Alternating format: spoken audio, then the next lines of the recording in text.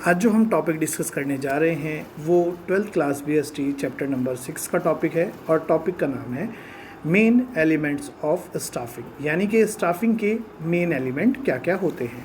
तो जैसे कि आप देख पा रहे हैं, स्टाफिंग के मेन एलिमेंट्स होते हैं रिक्रूटमेंट, सिलेक्शन और ट्रेनिंग। तो इस वीडियो में हम सिर्फ रिक्रूटमेंट के बारे में ही बात करेंगे। ट्रेनिंग और सिलेक्शन जो एलिमेंट्स हैं उनके बारे में हम आगे वीडियोज़ में बात करेंगे।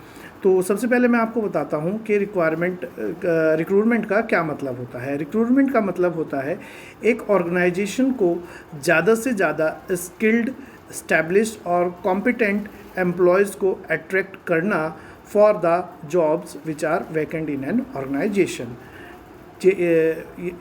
ऑर्गेनाइजेशन। यानी कि एक ऑर्गेनाइजेशन को ऐसे तरीके अपनाने पड़ेंगे जिससे कि वो ज़्यादा से ज़्यादा कॉम्पिटेंट और स्किल्ड एम्प्लॉयज़ को अपनी ऑर्गेनाइजेशन की वैकेंट पोस्ट के लिए अप्लाई करने के लिए अट्रैक्ट कर सके। जी, तो इसको करने के एक ऑर्गेनाइजेशन के पास दो तरीके होते हैं। पहला होता है इंटरनल सोर्सेज और दूसरा होता है एक्सटर्नल सोर्सेज। तो सबसे पहले मैं आपको बताता हूँ कि इंटरनल सोर्सेज क्या होता है। इंटरनल सोर्सेज का मतलब होता है कि एक ऑर्गेनाइजेशन अपनी ऑर्गेनाइजेशन में से ही वैकेंट पोस्ट को फिल कर लेती है। वैकेंट पोस्ट को फिल करने के लिए वो क्या करती है कि अब जो प्रेजेंट एम्प्लॉयज़ हैं उन्हें प्रमोट कर वो वैकेंट जॉब्स को फिल कर लेते हैं, या अपनी किसी दूसरी ब्रांच से जहां पर एक पोस्ट के एक से ज़्यादा एम्प्लॉयज़ हैं उनमें से एक एम्प्लॉयज़ को अपनी दूसरी ब्रांच में जहां पर उस पोस्ट पर जॉब खाली है वहां पर उसे अपॉइंट कर देते हैं। तो ये इंटरनल सोर्सेज होते हैं। अब मैं आपको बताता हूँ कि एक्सटर्नल सोर्सेज क्या होते हैं। एक्सटर्नल सोर्सेज होते हैं जब एक ऑर्गेनाइजेशन अपनी ऑर्गेनाइजेशन के अंदर से एम्प्लॉयज़ को सेलेक्ट नहीं करती है, वो बाहर से लोगों को अप्लाई कराती है फॉर द वैकेंट जॉब और उनमें से लोगों को सेलेक्ट करती है for the post lying vacant in the organisation. तो ये दो तरीके होते हैं जिनके द्वारा एक ऑर्गेनाइजेशन अपनी वैकेंट जॉब्स को फिल करती है इंटरनल और एक्सटर्नल सोर्सेज की। तो इंटरनल सोर्सेज के दो सब टाइप होते हैं, एक होता है ट्रांसफ़र और एक होता है प्रमोशन।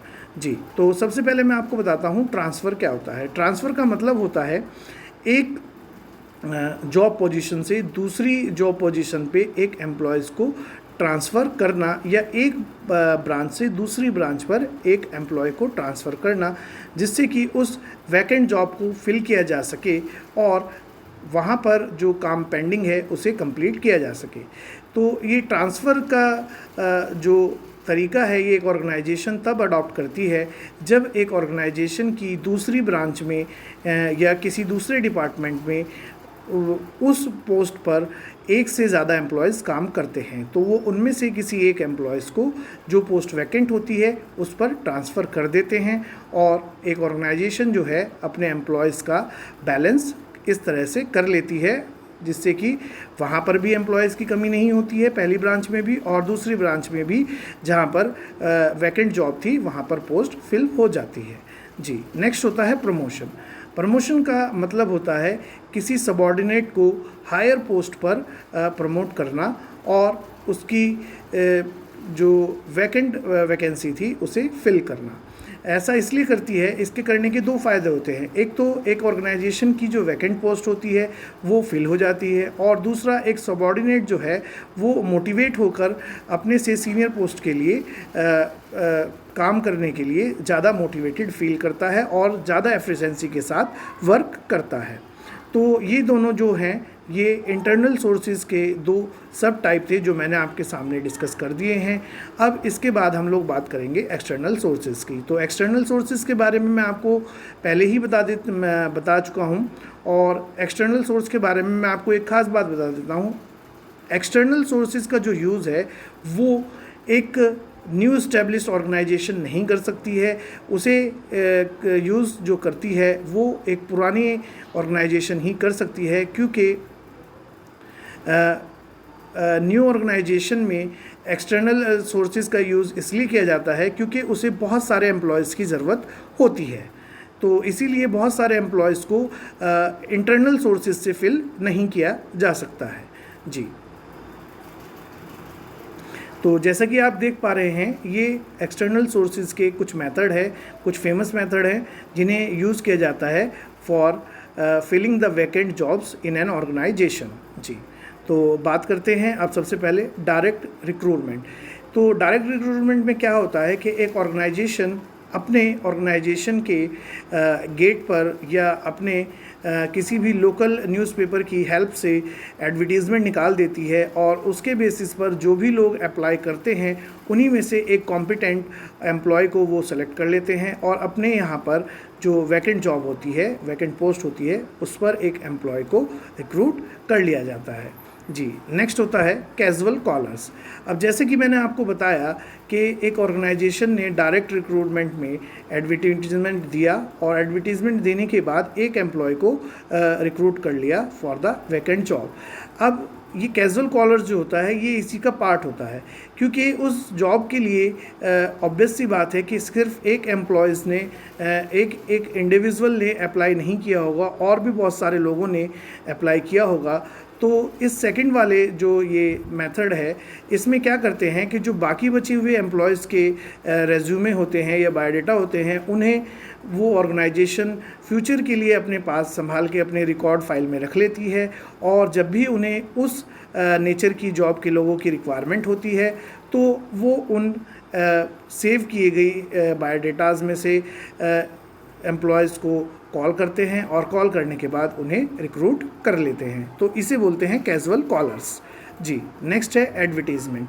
एडवर्टीज़मेंट का मतलब होता है कि एक ऑर्गेनाइजेशन एक्सटर्नल सोर्स के इस मेथड के अंडर ये काम करती है कि वो अपनी वैकेंट जॉब को फिल करने के लिए एडवर्टीज़मेंट का यूज़ करती है और न्यूज़पेपर के थ्रू, टीवी के थ्रू या वेब पब्लिशिंग के थ्रू, यानी कि इंटरनेट पे जॉब वैकेंसीज़ को निकाल के एम्प्लॉयज़ को अट्रैक्ट करती है अपनी ऑर्गेनाइजेशन में वैकेंट जॉब को फिल करने के लिए।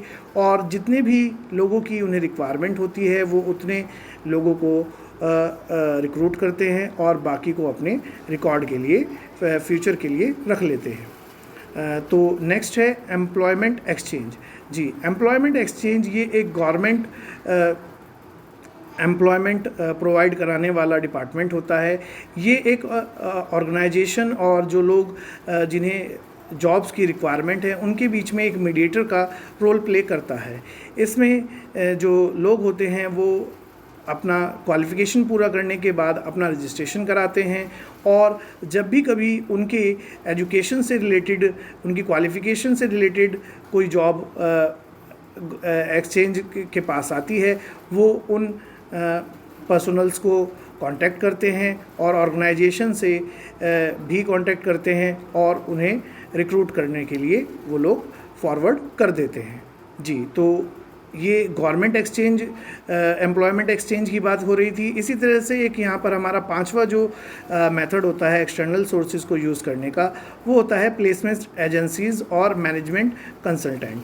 यानी कि ये बिल्कुल एम्प्लॉयमेंट एक्सचेंज की तरह ही प्राइवेट बेसिस पर जॉब सीकर्स और ऑर्गेनाइजेशन के बीच के मीडिएटर्स होते हैं जो कमीशन बेसिस पर या कॉन्ट्रैक्ट बेसिस पर इंडिविजुअल्स को और ऑर्गेनाइजेशन को competent and skill employees provide कराते हैं और उसके लिए वो कुछ चार्जेस भी लेते हैं।